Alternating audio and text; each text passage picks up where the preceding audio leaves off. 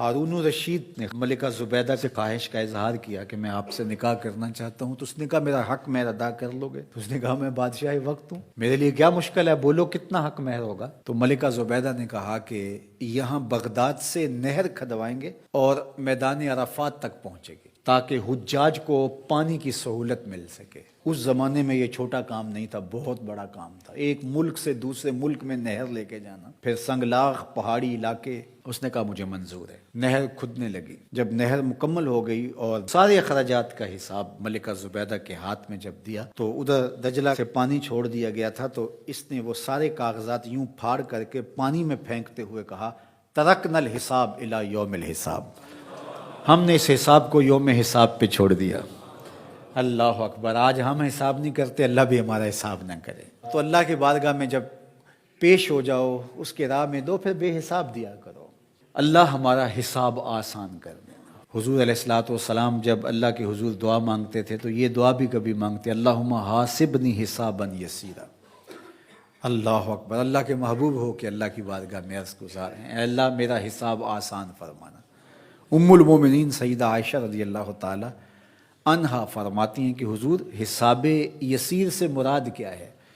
تو آقا کریم نے فرمایا کہ بس اللہ کے حضور پیشی ہوگی، اللہ حساب دیکھے گا اور یوں ہی معاف کر دے گا۔ جس کا پھر حساب شروع ہو گیا فرمایا وہ ہلاک ہو گیا۔ اگر کسی کی جانچ پڑتال شروع ہو گئی تو پھر وہ نہیں بچ پائے گا۔ تو اللہ سے یہ بات عرض کرو کہ مالک میرا حساب یسیر فرمانا، آسان حساب، بلکہ مالک تو کریم ہے، تو نہ ہی حساب لینا، تو یوں ہی معاف کر دینا۔ تو اللہ کی بارگاہ میں جب ہم کہتے ہیں ربنا آتنا فی الدنیا حسنۃ وفی الآخرۃ حسنہ، تو حسنہ آخرت سے مراد ہوتا ہے مالک میرا حساب آسان ہو، فضا اکبر کے دن میں امن میں رہوں، اور مالک تو جنت میرا مقسوم فرما دے۔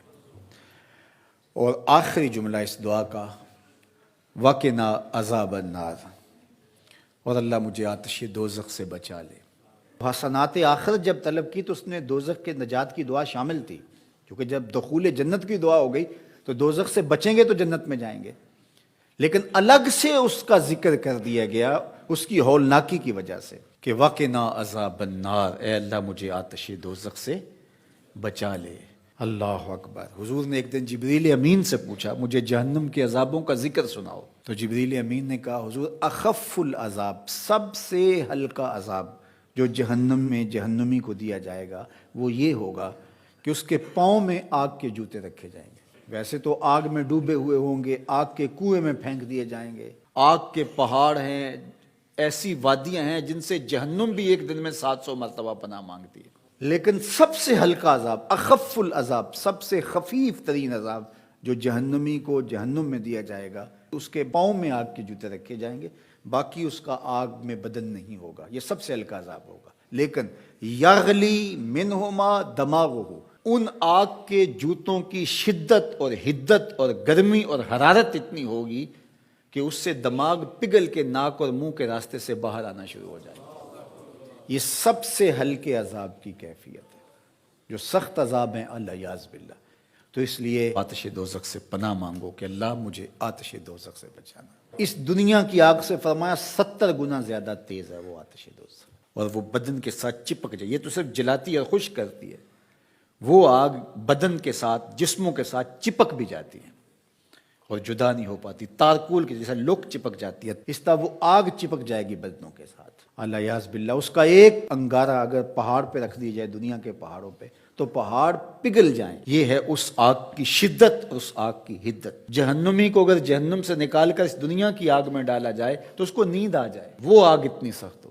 70,000 زنجیروں میں جہنم کو ڈال کر کے جب میدان حشر میں لایا جائے گا تو ایک لمبی سی گردن دی جائے گی جہنم کو، لوگوں کے سروں کے اوپر گھوم رہی ہوگی، اور وہ کچھ بد اعمال کرنے والوں کو جہنم ڈھونڈ رہی ہوگی، اور پھر جب بھی مخصوص کچھ جرائم ہیں ان جرموں کا کرنے والا اسے نظر آئے گا تو وہ گردن وہاں سے دبوچ کے اس کو اپنے اندر پھینک لے گی، اور جب وہ انسانوں کے سروں پہ گھوم رہی ہوگی تو بدن تھر تھر کانپ رہے ہوں گے، کلیجے دہل رہے ہوں گے، کیا ہولناکی کا منظر ہوگا۔